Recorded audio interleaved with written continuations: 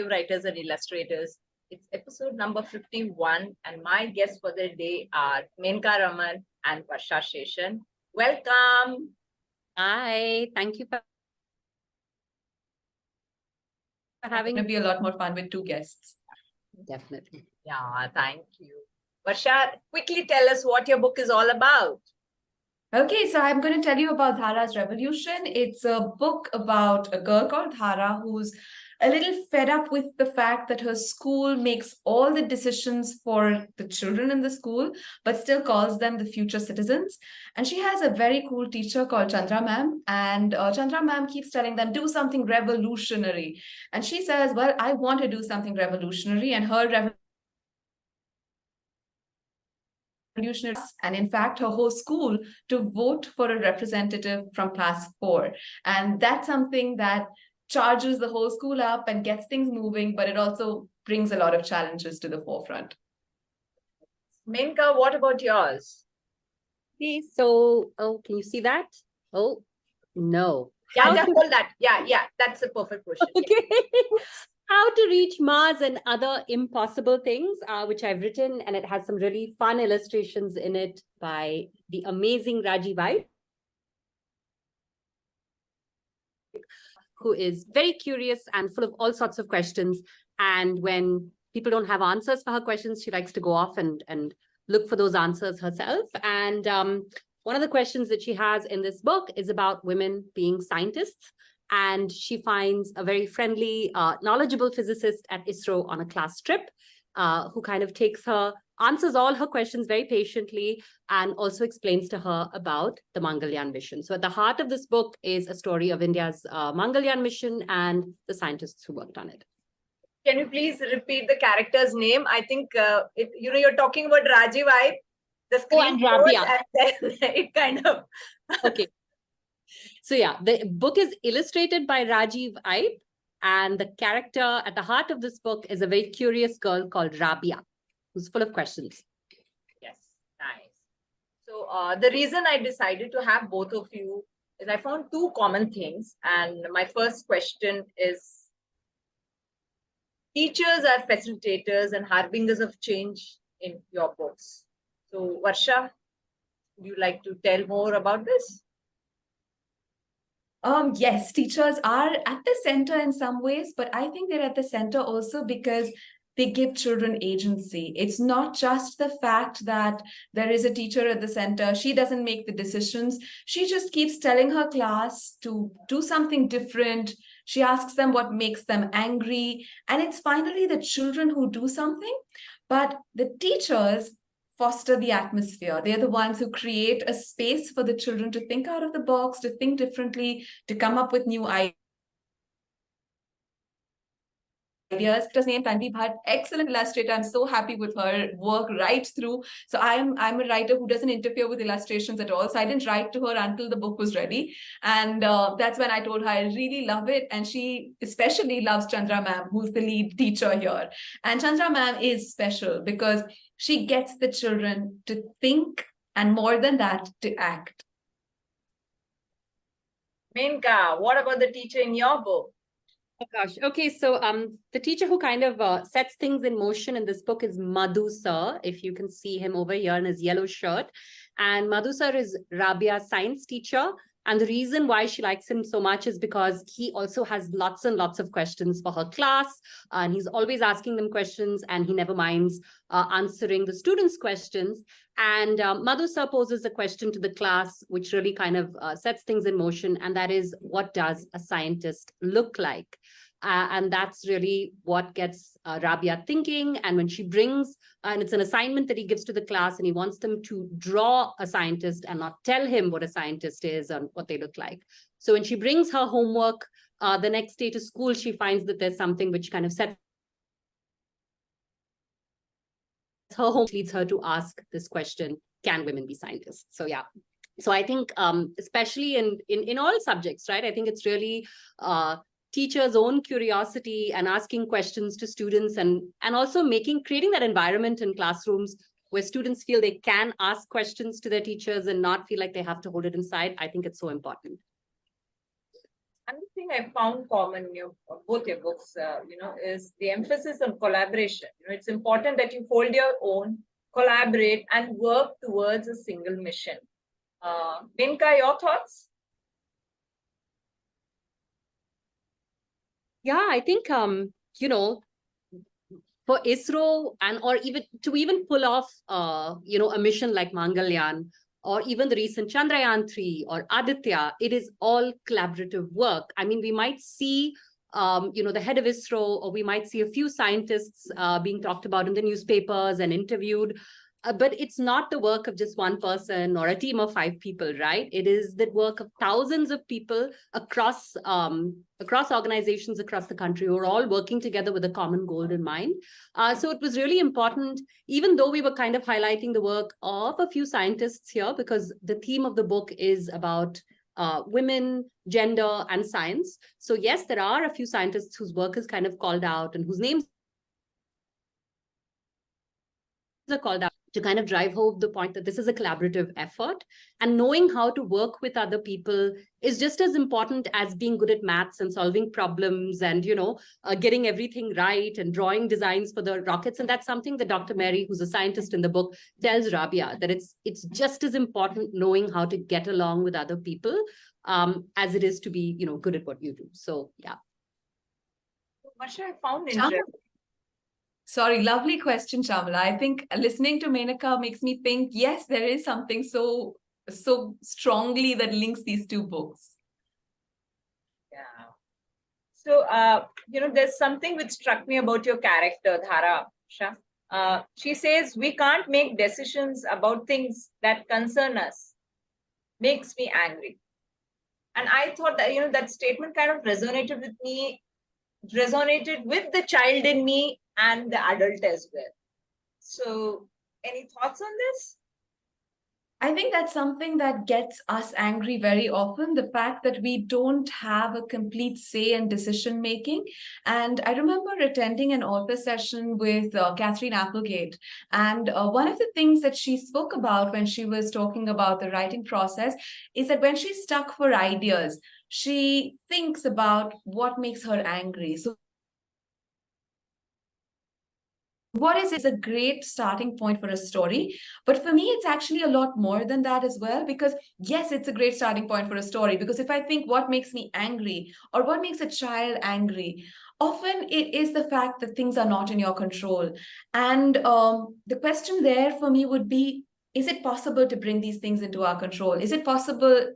Can we control this in any way? And in Dhara's case, maybe not control, but the fact that she can have a say in decisions that concern her was something that was relevant to the way the character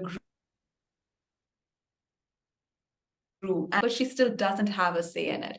And this is true for so many of us. The fact that we should be able to express ourselves, but sometimes we're not given the opportunity to express ourselves and we have to fight for it in whatever way. And just like you said, it resonated with you and with the child in you.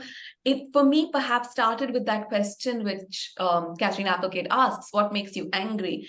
It makes me angry that we don't have a say sometimes in things that concern us. Menaka, are your thoughts in sync? Yeah, absolutely. I think children feel such a keen sense of injustice about so many things, about their life. And just to, you spoke of Catherine Applegate. I read a Mo Willems interview in which he said, it's really awful being a child because you're just not in control of anything. Everyone around you is making decisions about when you have to wake up, what you have to do with your day, what clothes you wear, what shoes you wear. And, they're just, it's such an unjust world when you're a child. And, I think it's to kind of question what children find unfair, because sometimes as adults, I think we can think, oh, you all have it so easy. You all have such great lives. And what are you all complaining about? But I think it's a wonderful thing to kind of get off that a soapbox and sit and actually talk to children. And it's always an illuminating discussion. So I can't wait to read your book, Varsha. Thank you. I'm waiting to read yours as well. It's on my list very soon, I hope. It's out, right? Both your books are already out. Yes, they are. It's just that the pile of books to be read is always Too much. Yes. fighting. The draw scientist test plays an important role in the angle you chose for writing this book. So can you tell us something about it, Menaka? Sure.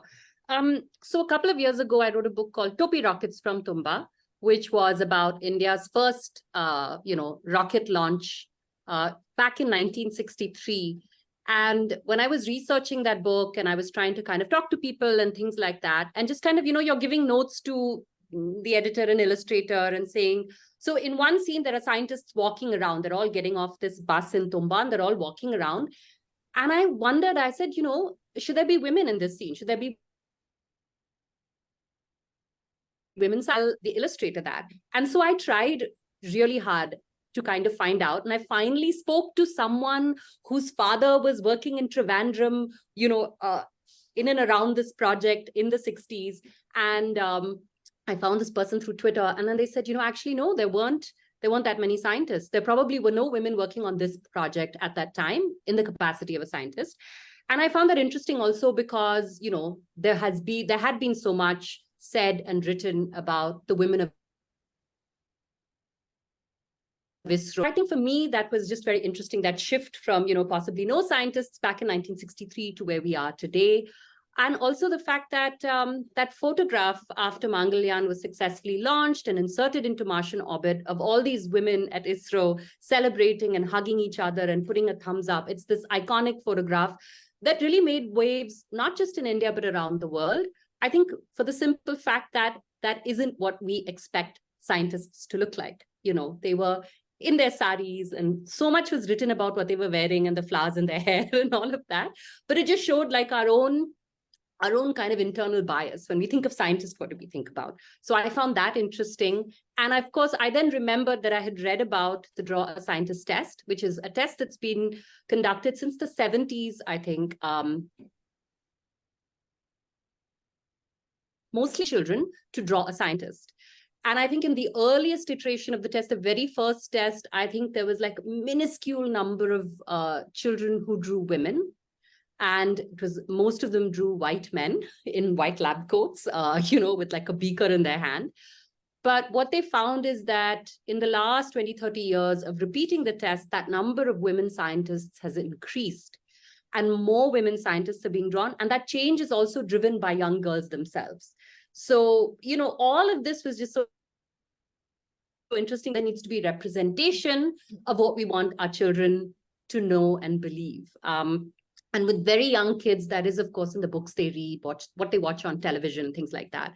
So I just thought it was an interesting kind of way to bring all of these ideas together, I suppose, and set the story in motion. Varsha, you run a book club. How do kids in your book club react to gender stereotyping in books? In very surprising ways. Sometimes I think that they're going to be angry at the gender stereotypes, and I'm all set to lead this discussion on how princess book or a blue book or whatever, irrespective. And the entire group is perfectly happy with the book which says that the girl will choose a princess book. And then I'm a little bit stuck because I want to push them in a certain direction, and then the conversation kind of just gets brushed aside. So for example, I may ask them, do you think it's okay for a boy to read a princess book? And they say, sure. And then they change the subject. So it's not something that a lot of them think of very consciously. But on the other hand, when we read, for example, Pinku Shergill, Vibha Batra's, yeah. That there is a boy who's a chef at the center. And so much so that they didn't see it as a book that challenges gender stereotypes. So in some ways, I think as adults, we think a lot about these things. But as Menaka just said, for children, they just see things, and if something is represented in literature, they see it as normal. And it's not something that they are angry about yet, for the most part. But as they grow older, I see them much more conscious about gender. I see them much certain ways. So I would say at the book club stage, where I'm dealing with children, say 7 to 10, it's less so. But when I deal with writers making their own stories, say 9 to 14, they're much more conscious about being particular about the way in which they write about gender. But it's also very interesting to see that the girls are far more conscious often than the boys in terms of stories. But in terms of writing nonfiction, I see boys and girls equally ways, which is really lovely. So it's really nice to see that children are recognizing that this is a problem and recognizing that they want to do something about it. There is some sort of injustice here. So the past few books of yours have girls as main characters. How do you ensure that each character has a distinct personality and a distinct voice? That's a hard one because actually not just the last few books. I think I've written just one book with the boy at the center. That's that one, Red Eyes, which is not yet in India. Otherwise, I write only about girls. I think that very often the starting point of a story is a child I knew and or a child I know or a child I was. So I think these factors is very clearly about my sister and me in many ways, like very, very clear. So anybody who knows us knows it's about this. But for the others, I think there's a little bit of me thrown in with children whom I meet. And there's something that I feel gives the character a life of her own once you've started writing it. So you may think that this character is going to behave in a certain way, and then she'll come back and say something utterly surprising and like, oh, you're different from what I thought you were, which is great as a writer as well. I think it helps them to become themselves and come into their own. Yeah. Menka, I found Rabia and Loki both feisty characters, both standing for transformation and really going ahead. Yeah. Yeah, I sometimes wonder if I mean, I've written about boys as well, but the boys and girls in my book are always quite different. I think the boys are all a bit kind of pushing the boundaries in different ways, like trying to escape school and dig their way out of the bathroom and things like that. I don't know how good that is. I mean, I always think that when I write feisty girls, and I say this in many places, I was a very obedient child. I was a very good child. I listened to everyone. So I think, yeah, when I write these girls who kind of are out trying to, I don't know, yeah, it's just me giving a voice to that side of myself, I suppose, and kind of wondering what it would have been like. So I think that's why I write the girls the way I do, curious, loud, asking questions, not very bothered about, you know, what others think of them, because I certainly wasn't like that. You had a question for Varsha? Yes. I want to know, actually, now I have two questions after something you said, but I'll ask one, and if we have time, I'll ask you the other. Do you remember what made you feel really angry as a child? What were the things that got you going? There were so many things that made me angry as a child. I would say I was angry about a lot of things, but I was fired up at the injustice of a lot of things. And this is going to be something which is, I mean, considering both of you are Tamil speakers, this could work. But you know how in so many Tamil families, but also in the north, you call your father Neenga and you call your mother Nee. This is something I objected to from the time I was a child, from probably the time I started talking. And I refused to call my mother Nee unless I could call my father Nee. I still call both my parents Neenga.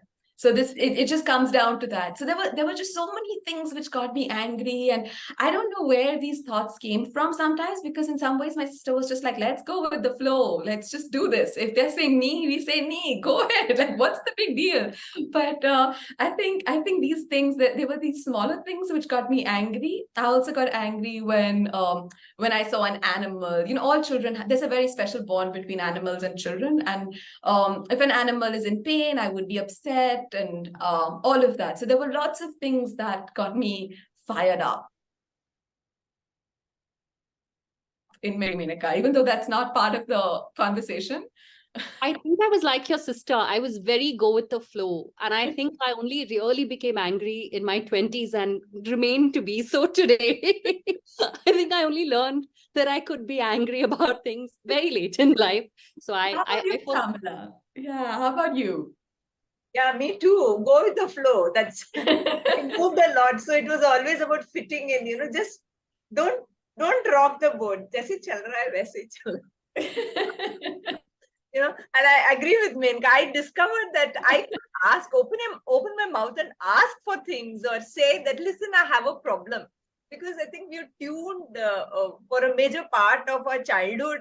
We're tuned to just, you have a problem, you solve it yourself. You don't ask. You're not encouraged to ask others for help. Yeah. Totally. I mean, you're tuned to be becoming an independent person right from the start. Yeah. Varsha, you had something to ask Menka? I actually have, again, two questions, but I'm going to stick about research for a book that you do, whether it's Tumba or whether it's the mission to Mars. How do you decide how you're going to balance fact and fiction? In what way do you make these decisions for yourself? And how do you go about the research process and the process of writing?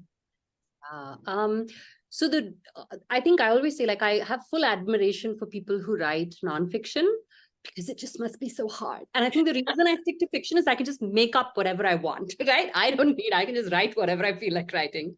But with both Topi Rockets, so all my research will actually begin books that other people have written, in this space. So with Topi Rockets, it was a biography of Dr. Vikram Sarabhai. And with the Mars book, there is a fantastic book by an author called Minnie Wide called ISRO's Rocket Women or something like that. I'm forgetting the name, but it's a lovely book published by Speaking Tiger. And I think she's the only journalist in India who's managed to get ISRO to grant permission to interview scientists who are currently serving and still employed there. Otherwise, it's impossible. So then I will read the book, mark out all the things which I think, okay, these are important bits I should include. Then it's a lot of research, looking on YouTube, watching interviews, reading as many articles as I can find. And then if I'm lucky enough, I interview, people who are subject matter experts. So with the Mars book, I couldn't interview any of the serving scientists because, many of the kind of the key women mentioned in this book are still working at ISRO. But I was very lucky to be able to speak to retired ISRO scientists who had all worked on the Mars project in various capacities. And that was amazing.